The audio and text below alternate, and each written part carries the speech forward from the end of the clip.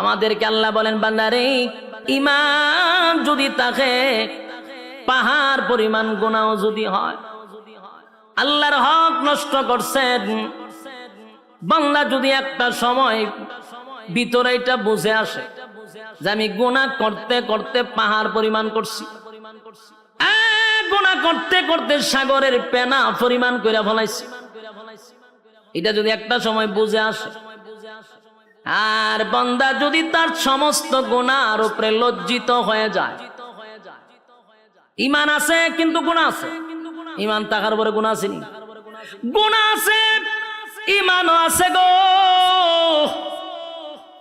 গুনাহটা যদি সাগরের ফেনার মতো হয়ে যায়, পাহাড় পর্বতের মতো হয়ে যায়, আর এই গুনাহর উপরে যদি বান্দা কোনো সময় লজ্জিত হয়ে যায়, বান্দা যদি লজ্জিত হইয়া চিন্তা করে আমি তো গুনাহ করছি, আমার গুনাহটা যদি আমার মা দেখতো গো, সন্তান বলে কোনোদিন মা পরিচয় দিত না, গুনাহ যদি বাবায় দেখতো, সন্তান বলে পরিচয় দিত না।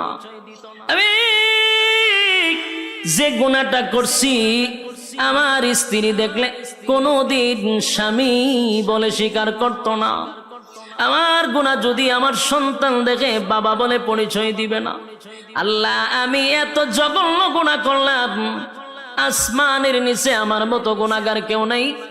আল্লাহর দরবারে যদি নুজুলে রহমতের সময় কোন বান্দা বান্দি আল্লাহর কাছে লজ্জিত হয়, গুনার উপরে লজ্জিত হইয়া চোখের পানিগুলো ছেড়ে দিয়া অতীতের গুনার উপরে লজ্জিত হয়, ভবিষ্যতে এমন গুনাহ করবে না এমন যদি প্রতিজ্ঞা করে, আর নজুলে রহমতের সময় বান্দা যদি আল্লাহর কাছে গুনার জন্য লজ্জিত হইয়া কান্দে রে, আমার আল্লাহ ফেরেশতাদেরকে জিজ্ঞাসা করবে, ফেরেশতারা বল আমার বান্দা কেন কান্দে?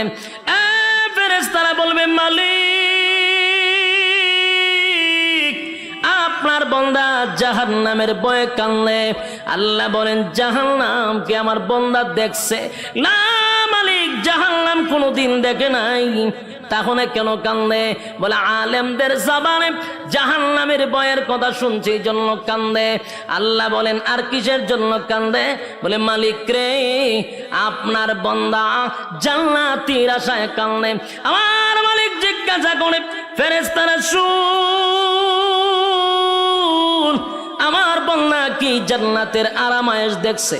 না মালিক দেখে নাই, না মালিক দেখে নাই। তাহলে কেন কান্দে? বলে জান্নাতের আশায় কান্দে, জাহান্নামের ভয়ে কান্দে। আল্লাহ গুনার উপরে লজ্জিত হইয়া বান্দা কান্দে গো।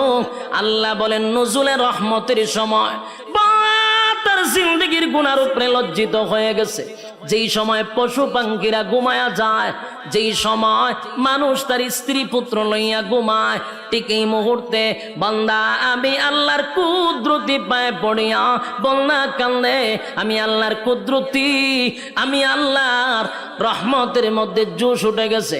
বান্দা ওয়াদা দিলাম, বান্দায় যদি চোখের পানি ছেড়ে দিয়া কান্না শুরুই করে দিল, লজ্জিতই হয়ে গেল, আমিও ফেরেশতাদেরকে সাক্ষী রেখে ওয়াদা করলাম, আমার বান্দার সমস্ত গুনাহ চোখের পানিটা নাকের ডগায় আসার আগে আগে জিন্দেগির সব গুনাহ মাফ করে দিলাম। একটা জবান বন্ধ রাখবেন না, কোন আল্লাহু আকবার, আরো জোরে কোন আল্লাহু আকবার। গুনার উপরে লজ্জিত হয়, রব্বে কারীম বলেন গুনার উপরে লজ্জিত হইলে আমি মাফ করে দেই, কিন্তু শর্ত হলো ঈমান। জোরে কোন শর্ত হলো? গুনাহ করার পরে আল্লাহ বলেন আমার হক নষ্ট করলে মাফ করে দিব। ঈমানটা লইয়া যদি কবরে যাস, আল্লাহ কয় গুনার কারণে হয়তো বা জাহান্নামের আগুন দিয়া জ্বালাবো, পোড়াবো, কিন্তু ঈমান নামক দৌলতের কারণে আমি আল্লাহ তোর একটা সময় হলো জান্নাতে দিব। সুবহানাল্লাহ। বলুন কিসের কারণে? ঈমানের কারণে। ঈমান যদি থাকে গো, আমার মালিক বলেন জাহান্নামের আগুনে পোড়াইয়া তোরা জান্নাত দিব। আর ঈমান যদি না থাকে, অনন্তকাল জাহান্নামের আগুনে জ্বলতে হবে। কথা হয় না? ইমান এত গুরুত্বপূর্ণ, ইমান ইমান এত গুরুত্বপূর্ণ, এই জন্য আল্লাহ বলেন ইল্লাল্লাযীনা আমানু, ইমান আনতে হবে আমি আল্লাহর উপরে। ইমান কার উপরে? যুবক ভাই, ইমান সাধারণ কোনো বিষয় না। যত বেশি ইমান আপনার মজবুত হবে, তত বেশি পরীক্ষা আসবে। কথা হয় না? নরমাল ইমানদারের উপরে তো পরীক্ষা হয় না। কথা এখন ঠিক নেই? ইমান যত শক্ত, পরীক্ষা তত বেশি। প্রত্যেকটা মুমিনের উপরে পরীক্ষা হয়, কিন্তু এই পরীক্ষায় উত্তীর্ণ হতেই হবে। পরীক্ষা ছাড়া কেউ জান্নাতে যেতে পারবো? কথা হয় না? প্রত্যেকটা মুমিনের পরীক্ষা হবে, ইমানের পরীক্ষা হয়।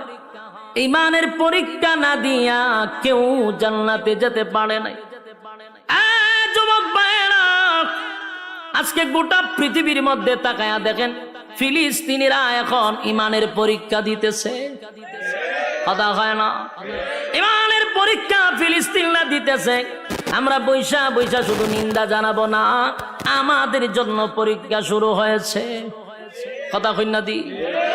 ফিলিস্তিন মার খায়, আর আমরা এখানে বৈশা বৈশা শুধু নিন্দা জানাই, কিন্তু আমরা জানি না ইমানের পরীক্ষা বাংলাদেশের মুসলমানের উপর শুরু হয়েছে। ঠিক বাড়ি দিয়া কইবে, পাকিস্তানের উপরে ইমানের পরীক্ষা শুরু হয়েছে।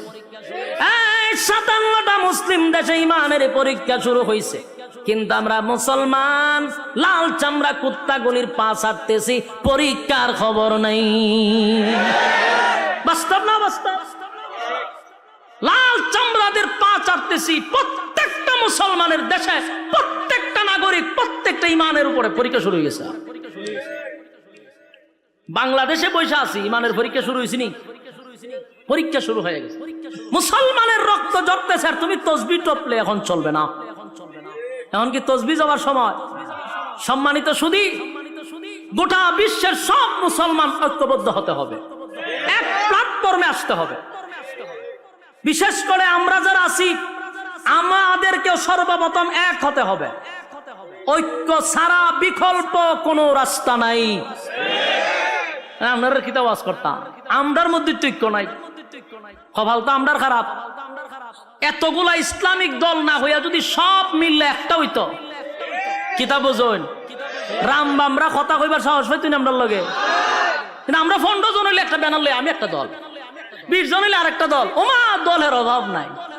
এত দল বাংলাদেশ, সব দল ভেঙ্গে একজনের নেতৃত্বে যদি আমরা যেইভাবে আহমদ শফী সাহেবের নেতৃত্বে সবাই এগিয়ে চলছিল, এইভাবে যদি আবার এক হতে পারি, আল্লাহর কসম এই দেশে ইসলামের পতাকা উড়বে ইনশাআল্লাহ। ঐক্য ছাড়া সম্ভব না। কিন্তু এখন আমরা ঐক্যই না ফাটল সৃষ্টি করব।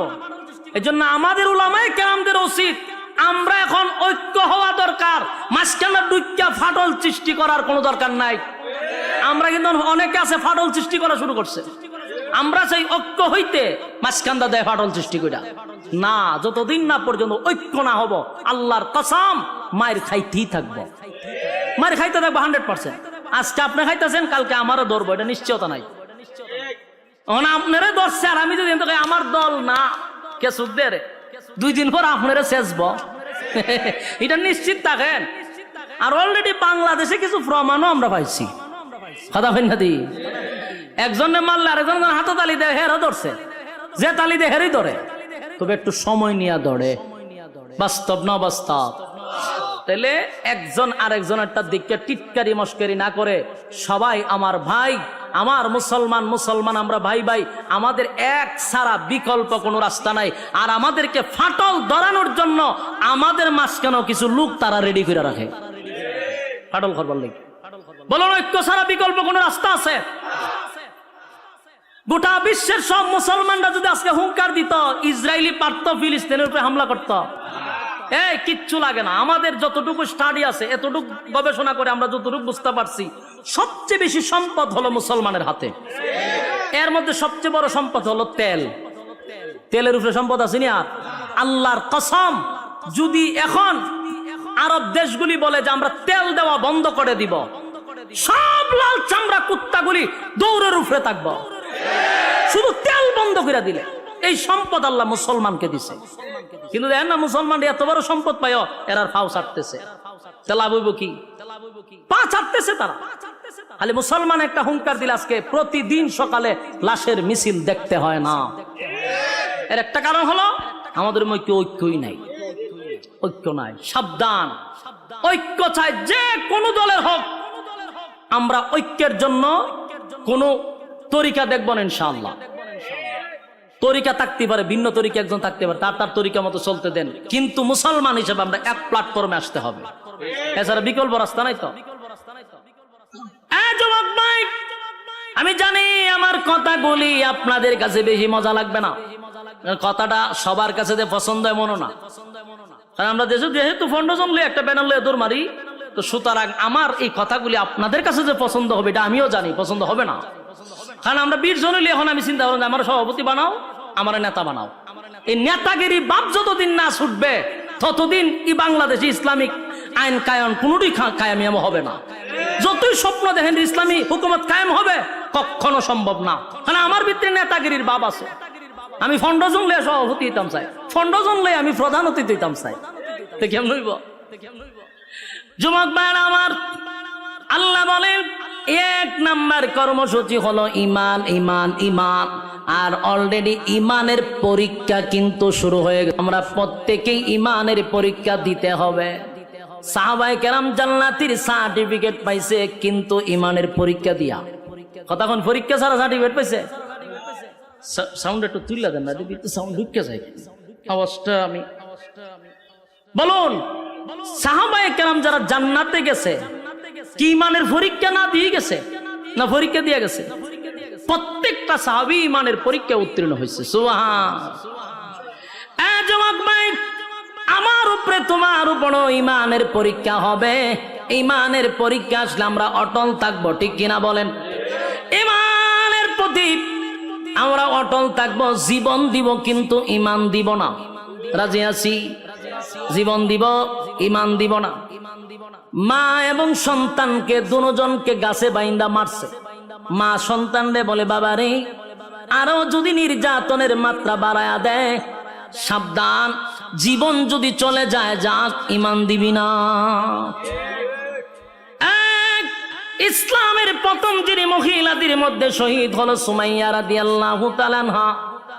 গাছের সঙ্গে বাইদা সন্তানের সামনে নির্যাতন করছে, কিন্তু সন্তানকে নসিহত করে, বাবা রে, জীবন যদি চলে যায় চলে যাবে, কিন্তু ইমান দেওয়া যাবে না। ইমান দেয় না, কারণ জীবন চলে গেলে জান্নাতের ভিতরে আমার আল্লাহ জীবন দিবে গো, কিন্তু ইমান চলে গেলে আর কোনদিন ইমান পাওয়া যাবে না। ইমানের পরীক্ষা যুগের পর যুগ যারা ইমান আনছে তাদের উপরে পরীক্ষা আসছে।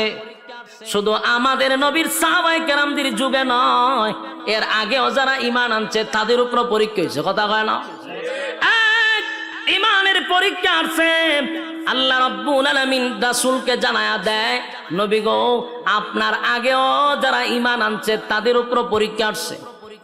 একবার পয়গম্বর বসা সাহাবায়ে কেরামরা নবীর কাছে এসে বলে, নবী গো, আল্লাহর কাছে একটু বলেন না, আমরা সহ্য করতে পারি না গো নবী, যেই পরিমাণ নির্যাতন, যেই পরিমাণ নির্যাতনের স্টিম রোলার, আল্লাহর কাছে বলেন আমাদেরকে যেন সাহায্য করে। ওই গ্রামের একটা সালিশ পর্যন্ত প্রভাব ঢুকে গেছে। সব জায়গা খালি গরম, সব জায়গা কি খালি গরম আর গরম। গরমের টেলায় মানুষ ডরায়া হক কথাই হয় না। গ্রামের একটা সালিশ দরবারে কিছু সর্দাররা বিচার করবো, এখানেও পাওয়ার দেখানো হয়, তাই পাশের মানুষগুলা তাদের ব্যাপারে হক কথাটা বলতে চায় না। আর তাদের হক কথা না বলার কারণে নির্দোষ মানুষগুলি দোষী সাব্যস্ত হয়ে শেষ পর্যন্ত কারাগারে যেতে বাধ্য হয়। একটা মাত্র কারণ, 3 নাম্বার কর্মসূচি না পালন করার কারণে। বাস্তব না বাস্তব? বেচারা 5 ওয়াক্ত নামাজ পড়ে, মাথায় একটা কালো দাগ আছে, তসবিহ একটা আতো আছে, মসজিদ থেকে বাইরে বাসা পর্যন্ত যাইব, পাশে ডুল বাজনা হইতেছে, ডান্স তো পাগলো, ডান্সের গানের আওয়াজ হইতেছে, বেচারা তসবিহ পড়ে আর সুবহানাল্লাহ সুবহানাল্লাহ। সি সি সি সি সি, আমরা কেডা করতেছে? এটা কার ছেলে এরকম গান বাজনা বাজায়? তখন কয় চাচা এটা তো সগির আলীর ফুলা। বড় খারাপ, বড় খারাপ। সুবহানাল্লাহ, সুবহানাল্লাহ, সুবহান। তাই তসবিত আছে, তাই কি আছে? তসবিত। আর এদিকে নিন্দা জানাইতেছে, হে ভালো হইল না, এর ফুলা ভালো হইব কেমনে? সুবহানাল্লাহ, সুবহানাল্লাহ, সুবহানাল্লাহ। মসজিদের ভাষা এরকম ডোল বাজনা বাজানো ঠিক নেই। সুবহানাল্লাহ, সুবহানাল্লাহ, সুবহানাল্লাহ, সুবহানাল্লাহ। এই খামরা যে হলো ঠিক হয়েছি নি, সুবহানাল্লাহ, সুবহানাল্লাহ। এ মানুষ হইতো না, সুবহানাল্লাহ, সুবহান। এগুলা কইতে কইতে বেচার আগে দোকানও বসছে, কই বসে? দোকান হবে। সুবহানাল্লাহ তসবিহ তো আছে। সুবহানাল্লাহ, সুবহান। কইরে এক কাপ চা দে। সুবহানাল্লাহ, সুবহানাল্লাহ। দেখছত নি ডোল বাজনা কেমনে বাজায়? সুবহানাল্লাহ, সুবহান। এদিকে তাকাইছ না, সুবহান। টিভিটা ছাড়ছেন। সুবহানাল্লাহ, সুবহানাল্লাহ, সুবহানাল্লাহ। ফিলিস্তিন আর ইসরায়েলের যুদ্ধ চলতেছে, টিভিটা বালা করে সারা। সুবহানাল্লাহ, সুবহানাল্লাহ। বেচা কিনি হয় না তোর দোকানও? সুবহানাল্লাহ, সুবহানাল্লাহ, সুবহানাল্লাহ, সুবহানাল্লাহ। বাকিটা কি দিস না? সুবহানাল্লাহ, সুবহানাল্লাহ। আর সগির আলীরে বুলো বাকি দিস না। সুবহানাল্লাহ, সুবহানাল্লাহ। এর ফুলাটা মানুষ হইছে না, এও মানুষ হইছে না। সুবহানাল্লাহ, সুবহানাল্লাহ। 100 কত হইছে? ওই তো তসবির মাথা একটা আছে, এখানে একটা সুমা দেয় 100। কিন্তু 100-র ভিতরে যে খাম, কু খাম, দিনের খাম, রাত্রে খাম সব ঢুকাইছে। এরকম মুসল্লি আপনারা চোখের সামনে পড়ছিনি? হ্যাঁ, কত লম্বা তসবি লই হাতে মসজিদের বাড়িয়ে দৌড়াদৌড়ি করে, কিন্তু তার সামনে আখাম কুখাম হইতেছে সেপ পালাইয়া দেয়। সেপ পালাই এগুলো আমরা নিন্দা জানাই, কইয়া মসজিদও যায়, বাড়িতেও যায়। বলুন হক কথা কি খালি হুজুররারই না এই তসবিওয়ালারও? আল্লাহ হয় 3 নাম্বার কর্মসূচি মানছত না তো জাহান্নামে ইচ্ছা মতো সাইজ করা হবে। বলুন 3 নাম্বার কর্মসূচি কি মানলো? কোথাও হক কথা নাই, সমাজে বিচারও নাই। প্রতিনিয়ত তালাক হইতেছে, স্বামী স্ত্রী ঝগড়া লাগতেছে আর তালাক 14 গোষ্ঠী দিতেছে। উনি তালাকের বিচার করবো কে? ইমাম, ঠিক না? এই তালাকের বিচার করে গ্রামের সালিশ দরবার যে করে কিছু সুৎকুর আর ঘুষকুর লম্পট বদমাশগুলি বসে তালাকের বিচার করত। তো বিচার করতে গিয়ে কি কয় জানেননি? কয়তো যাক যেটা এবার হয়ে গেছে গা, রাগ কইরা কইছাই কি তা হইতো না। এটা গুসা কইরা তালাক দিছে, এটা কোনো অসুবিধা নাই। বাচ্চা কাচ্চা আছে, অন যাইব কই? আচ্ছা এটা একটা মিলাই দাও। কথা বুঝতেছে? কত বড় লম্পট! আল্লাহ যেখানে নিষেধ করছে আল্লাহরে আবার ঠিক করে মিলাইয়া দেয়। তালাক দিয়ে দিছে রাগ কইরা, কি কইরা? তালাক কি মানে হাসতে হাসতে দেয়, হাসতে হাসতে বলে তোমার ছেড়ে দিছি, এই কথা কয়নি। তালাকটা কেমনে দেয়? রাগ করি তো দেয়। হেরা বিচার করে রাগ করে দিলাইছে। যে বলুন তো দেখি, পিস্তল আমার হাতে, আমি যদি কেউ হাসতে হাসতে গুলি করি মরবনি? রাগ করে গুলি করলে দুটোতে মরতেছে। হাস্যাস দিল মরে, গুসা কইরা যদি গুলি করি তাও মরে। তালাক হাসতে হাসতে দিল তালাক হয়, কাঁদতে কাঁদতে তালাক দিলে হয়, রাগ কইরা দিল হয়। কিন্তু লম্পটরা বিচার করে বাচ্চা কাচ্চা হয়ে গেছে, বাচ্চা যাক এটা একটা মিলাই জিলাই দিলাম। বিচার করার কথা ছিল কে? বিচার করলো কে? সমাজের বাস্তবতা এরকম বর্তমানে আছে না নাই? এর একটা দোষ হলো আমরা দলে দলে ভাগ হইতেছি, বাস আমরার যে দায়িত্ব ছিল এটি আমরা জানি না। আমরার দায়িত্ব হন আমরা বুঝছি মসজিদ ইমামতি করো আর দাওয়াত টাওয়াত খামু, কেউ মরলে 40 পড়ামু আর খতম টতম আইব, সুবহানাল্লাহ সুবহানাল্লাহ পড়মু, বাস 100 টাকা দিব আমরা পড়ব। দুঃখের সাথে বলতেছি এটি কি আমরা দায়িত্ব? ইমাম শব্দের অর্থ হইল নেতা। ইমাম শব্দের অর্থ কি? যিনি মসজিদের ইমাম আর খতিব। একটা চেয়ারম্যানের চেয়ে তার পাওয়ার বেশি। এলাকার সমস্ত সালিশ দরবার তার করা দরকার ছিল, ঠিক কিনা বলেন? আজকে যদি ইমাম আর খতিব যদি এলাকার বিচার করত, এলাকার সালিশ দরবারে ইমামদের হাতে দায়িত্ব দেওয়া হতো, আল্লাহর কসম নির্দোষ মানুষ কোন সময় দোষী হতো না, দোষী মানুষ নির্দোষ হতো না, তালাকপ্রাপ্ত মহিলারা যারা সন্তান জন্ম দিত না। আফসোসের বিষয় হলো ইমামদেরকে বুঝাইছে তোমরা হুজুর গরম ভাত খাইবা আর 500 টাকা তোমরা দিমু, ইমামতিও তোমরা দায়িত্ব কেন? বিচার আসার আমরা তো ছেড়ে দেন। কি বাটপারি শুরু করছে সর্দার গুলার বিচার গুলো আমি বহুত দেখছি। তার 10টায় বিচার করতো, ওই গুড়ায় 8টা এক, কিন্তু বিচারে গিয়া পাট পাট হয়। আগেই পরামর্শ করে আমি এমনি কমু, তুই এমনি কবি, তুই আর আমি লেগে যাবো ঝগড়া, বিচার আবার 1 সপ্তাহ পরে ফেলাম। আমি নিজে উপস্থিত ছিলাম এর এই মিটিং এর মধ্যে, আমি তো তার সাথে চলি। এই গ্রুপটা যখন এইসব আলাপ করতেছে আমি দাঁড়ে বোয়া করে, আমি বলি আমি বুঝি করে হুজুর আপনি তো বুঝতেন না, আমি সব বনা সেটা আমার ওয়াজ না হওয়া পর্যন্ত আমি ঠান্ডা হইতাম না। সারা দেশের মানুষের উনাই দিব আমি। হেরা বইয়া নিয়ত করতে আমরা যখন করে এক সপ্তাহ ধরে তো বিচার হইতেছে না, কিতা করান খাল খাতে আমি শেষ করে ইসলাম, তুই তো মাঝখানে বাধা দিলি, কয়ে বেটা আজকেও বিচার হইতো না, আমি কম এমনে তুই কবি এমনে, তুই কবি এমনে, বাস লাগে তোমার চোখা, আবার এক সপ্তাহ পরে। এর লাভটা কি জানেননি? প্রত্যেক বিচারের ডেটে একটা করে বেনসনের প্যাকেট 1000 টাকা করে পকেট, বিচারের আগে ভাউটি পায়। এই হচ্ছে সালিশ দরবারের অবস্থা। সত্য না মিথ্যা? আর বর্তমানে গরিবের তো বিচার নাই, যার টেকা নাই এর বিচারও নাই। বাস্তব না বাস্তব? হ্যাঁ, সত্য না মিথ্যা? আওয়াজ দিয়ে কোন সত্য কথা বলে যাই, মন দিয়ে শোনেন সবাই, সত্য কথা বলে যাই, মন দিয়ে শোনেন সবাই, এই সমাজের কোনো কাজে শান্তি তো ভাই মোটে নাই, এই সমাজের কোনো কাজে শান্তি তো ভাই মোটে নাই। সত্য কথা বলে যাই, মন দিয়ে শোনেন সবাই, এই সমাজের কোনো কাজে শান্তি তো ভাই মোটে নাই, এই সমাজের কোনো কাজে শান্তি তো ভাই মোটে নাই। অফিস আদালতে বাইরে ঘুষ বিনা চলে না কাম, ঘুষ পাইলে সব সারেরা বলে না সে নয়েল কাম। বাস্তব না বাস্তব? অফিস আদালতে বাইরে ঘুষ বিনা চলে না কাম, ঘুষ পাইলে সব সারেরা বলে না সে নয়েল কাম। ঘুষ না দিলে আদালতে, বাস্তব না বাস্তব? ঘুষ না দিলে আদালতে মেলে না গরিবের ঠাই, এই সমাজের আদালতে গরিব দুঃখীর বিচার না। বাস্তব না বাস্তব? দেখা নাই বিচার নাই, কথা হয় না দি? দেখা নাই দাঁড়ে দাঁড়ে ঘুরতেছে, কোর্টের বারান্দায় বারান্দায় ঘুরতেছে, টাকা নাই বিচার নাই। আর টাকা আছে, ওয়েলকাম, প্লিজ সিট ডাউন। কি লাগবে, গরম না ঠান্ডা? ওই যে টেকা আছে, স্যারে ডাক দেন, বসেন, কি খাইবেন স্যার? গরম না ঠান্ডা দিতাম। আরেকবার দরের ভাগা বেঁধে ঘুরতেছে, দরজার কিনারায় কিনারা, বিছান নাই। আর হেরে কয় বসেন, গরম না ঠান্ডা। বাস্তব না বাস্তব?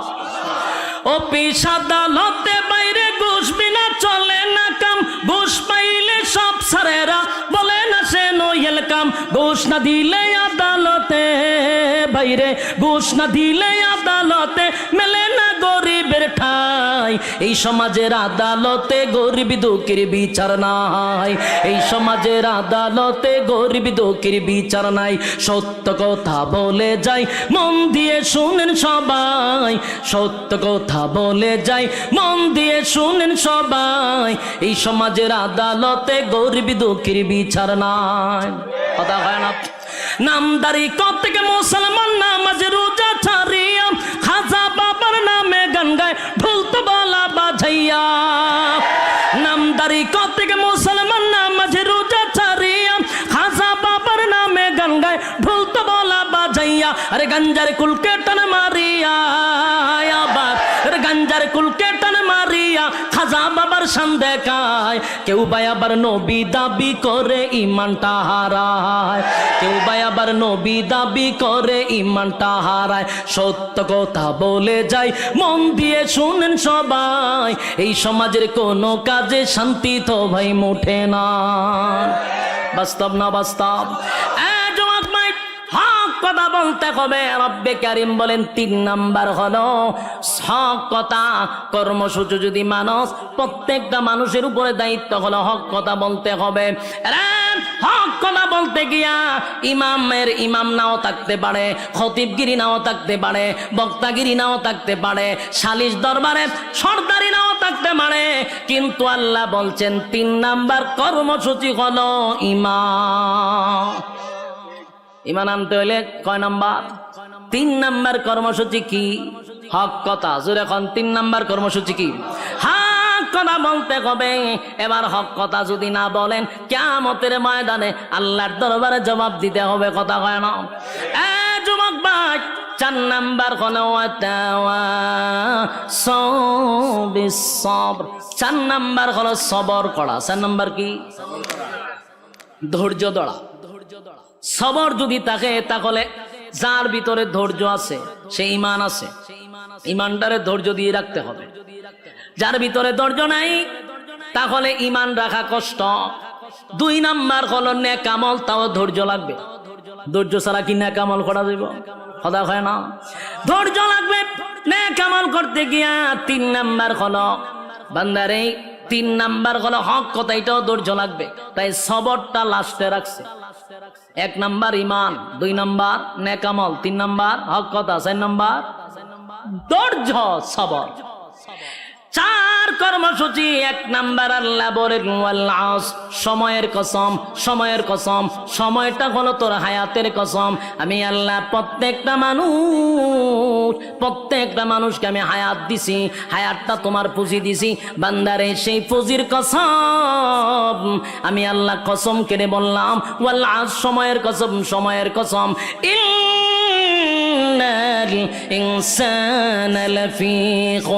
আল্লাহ বলেন সময়ের কসম কেন বললাম? বাংলা শুন, পৃথিবীর সব মানুষ ক্ষতিগ্রস্ত, সব ক্ষতিগ্রস্ত।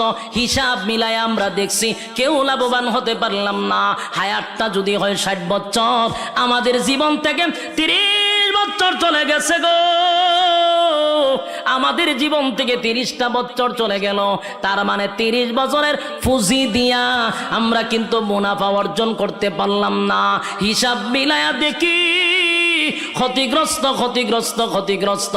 আল্লাহ বলেন ইন্নাল ইনসানা লাফি খুসর, পৃথিবীর সব মানুষ ক্ষতিগ্রস্ত। তবে আল্লাহর মায়া দয়া বেশি। আল্লাহর নাম রহমান, আস্তিকরাও মহব্বত করে, নাস্তিকরাও মহব্বত করে। আল্লাহ বলেন 4টা কর্মসূচি দিলাম, আমি আল্লাহর মায়া দয়া বেশি। 4 কর্মসূচি যদি বান্দা পালন করস, ওয়াদা দিলাম ক্ষতিগ্রস্ত হবি না। 1 নাম্বার হলো ইমান, 2 নাম্বার নেক আমল, 3 নাম্বার হক কথা, 4 নাম্বার হলো ধৈর্য। দিলের কান লাগায় শুনেন, বিশেষ করে রায়ের বাগের যুবকেরা, এখানে ভিন্ন জেলার মানুষ আছেন, এখানে ভিন্ন থানার মানুষ আছেন, এক একজনের এক এক মত, কিন্তু দিলের কান লাগায় শুনেন। আল্লাহ শুরুতে একটা কসম করছে, মালিক কিন্তু কসম ছাড়াও মালিকের কথার দাম আছে গো। এরপরও আল্লাহ কসম করলো, কসম করলো ওয়াল আসর, সময়ের কসম। তাফসীর কারকরা বলেন এই সময়টাই এত দাম, এটা তোমার হায়াতের সময়। হায়াতের সময়ের কসম কইরা আল্লাহ কয় ইন্নাল ইনসানা লাফি খুসর, বান্দা কসম করে বললাম পৃথিবীর সব মানুষ ক্ষতিগ্রস্ত। এ যুবক ভাই, রব্বে কারীম যদি বলেন পৃথিবীর সব মানুষ ক্ষতিগ্রস্ত, বাঁচার উপায় আসেনি? কথা হয় না। আল্লাহ বলেন পৃথিবীর সব মানুষ ক্ষতিগ্রস্ত। 4 কর্মসূচি যদি বান্দা পালন করস, আমি আল্লাহ তোরে ক্ষতিগ্রস্ত করব না। 1 নাম্বার ঈমান আনবো আল্লাহর উপরে। ঈমান অবস্থায় কারো কাছে গিয়া সেজদা দিব না, কারো কাছে চাইব না, কারো কাছে সন্তান চাইব না, কারো পায়ের নিচে সেজদা দিব না। যুবক ভাই, ঈমান আনবো একমাত্র আল্লাহর উপরে। 2 নাম্বার হলো বান্দারে নেক আমল করতে হবে। নেক আমলের জায়গা হলো এই জায়গা, মাদ্রাসা, মসজিদ, ওয়াজ মাহফিল। এই জায়গাতে আসলে প্রত্যেকটা মানুষের আমল নামায় নেকি হয়। প্রতিটা অক্ষরে অক্ষরে 10টা করে নেকি আপনার আমল নামায় আল্লাহ ঢুকায়া দিচ্ছে। সুতরাং এটা নেকির জায়গা, এখানে বসলে নেকি হয়। আল্লাহ বলেন ওয়া আমিলুস সালিহাত, নেক আমল করো, নেক আমল করো। 2 নাম্বার নেক আমল। 3 নাম্বার হলো হক কথা বলতে হবে, যেটা তোমার সাধ্যের বাহিরে। এখানে তুমি মনে মনে ঘৃণা করতে পারো, কিন্তু যতটুক তোমার শক্তি আছে সেখানে তুমি মোকাবেলা করো। হক কথা ছাড়া যাবে না। এটা যদি তিতা হয়, হক কথা বলতে গিয়া যদি আমার উপরে হামলা হয়, মামলা হয়, কিন্তু বান্দা হক কথা ছাড়বি না। 3 নাম্বার কর্মসূচি হক কথা। 4 নাম্বার হলো ধৈর্য। মাঝে মধ্যে বিভিন্ন বিষয়ে ধৈর্য ধরতে হবে, কথা হয় না। তা কয়টা কর্মসূচি? 4টা কর্মসূচি পালন করব। কারা কারা?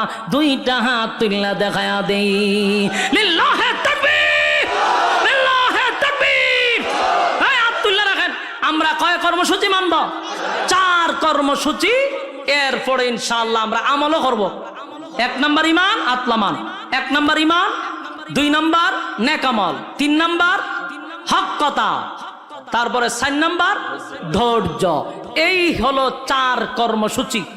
এখন আমাদের আজকের মাহফিলের মধ্যমণি সুলতানুল ওয়াইজিন আল্লামা খালেদ সাইফুল্লাহ আইয়ুবী সাহেব দামাত বারকাতুহুম, হয়তো বা মনে চলি আসছে নাকি তা আই পড়ছে।